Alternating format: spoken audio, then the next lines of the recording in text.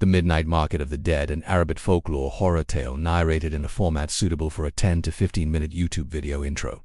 Slow, eerie tone, sound of desert wind and distant whispers. In the heart of old Cairo, hidden beneath centuries of stone and shadow, lies a secret few dare speak of Sukal-Mayitin. The Midnight Market of the Dead. They say it appears only on certain nights, beneath a waning crescent moon, between the hour of midnight and the first Adhan al-Fajr, a market where the dead return to barter for memories, and sometimes, for souls. This is not a tale of jinn or ghosts woven for children by firelight. This is a tale told only in hushed voices by the oldest Zebius, whispered by those who know that some markets deal not in gold but in the essence of the living. Section 1. Set up. The man and his past name. Use. Age 43. Occupation. Antique restorer. Location. Historic district of Al-Darb al-Amar, Cairo. Youssef was a man of silence. His hands knew the language of time. He could restore Quranic manuscripts and Abazadira carvings with a devotion that bordered on sacred. But beneath his steady fingers was a man hollowed by regret. 6 years earlier, his wife Layla had died suddenly during childbirth. The child did not survive either. Youssef had been at work, absorbed in restoring a Mamluk mihrab, while his wife bled out, alone in a home barely an alley away.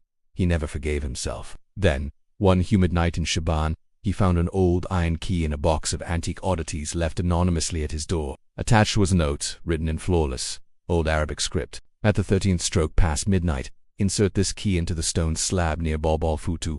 Ask no more questions. Carry a memory worth trading. Section 2. Descent. The discovery of the market. Curiosity, grief, guilt. These are dangerous roads when they merge. Youssef obeyed the instructions. He stood beneath the shadow of Bab al-Fuda just as the crescent moon tilted its edge toward the blackened Nile. At 12:30 a.m., the air shifted. Silent birds took flight. The stones beneath his feet trembled. There was a barely perceptible outline of a door in the stone itself. The iron key turned with a groan, and he descended. A staircase spiraled downward, impossibly deep beneath Cairo's ancient bones. He passed walls etched with names real, names and fragments of whispers in tongues lost to time. The air grew colder, and the smell of oud and decay mingled in impossible harmony. At the bottom was the Sukal-Mayitin. It wasn't a bazaar of merchants in gold. No, the stalls were run by those long-dead mummified men in Ottoman garb, barefoot Bedouin with sand still between their teeth, plague victims with eyes hollow and infinite, and the wares, fragments of dreams, shards of forgotten time, shadows in glass jars. One vendor offered Youssef a heartbeat sealed in wax, another, a vial of a woman's laughter. But Youssef wasn't here to browse. He wandered until he saw her Layla. She stood behind a stall that shimmered like a mirage, her face half covered in the translucent veil she wore the day he married her. Her eyes were alive, soft, remembering, but she did not smile. "You shouldn't have come," she whispered.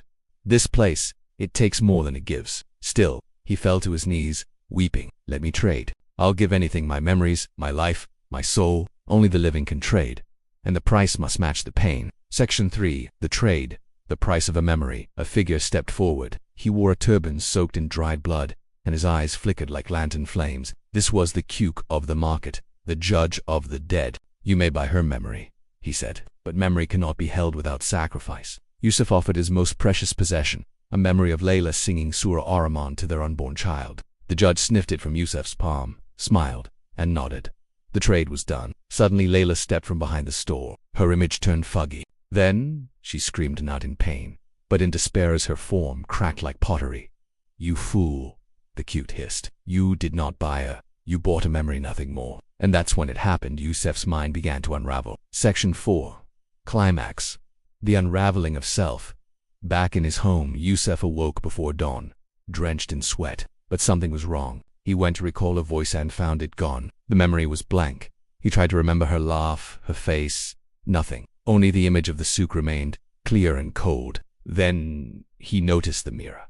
His reflection was not his. A different man stared back, younger, yes, but with eyes sunken and lips that did not move in sync with his own. Every day a new memory vanished his mother's hands. His first prayer, the taste of cardamom in Layla's tea. He had traded one memory, but the market was not fair. At night, when the wind passed through the alleys, he could hear the Cuk's voice.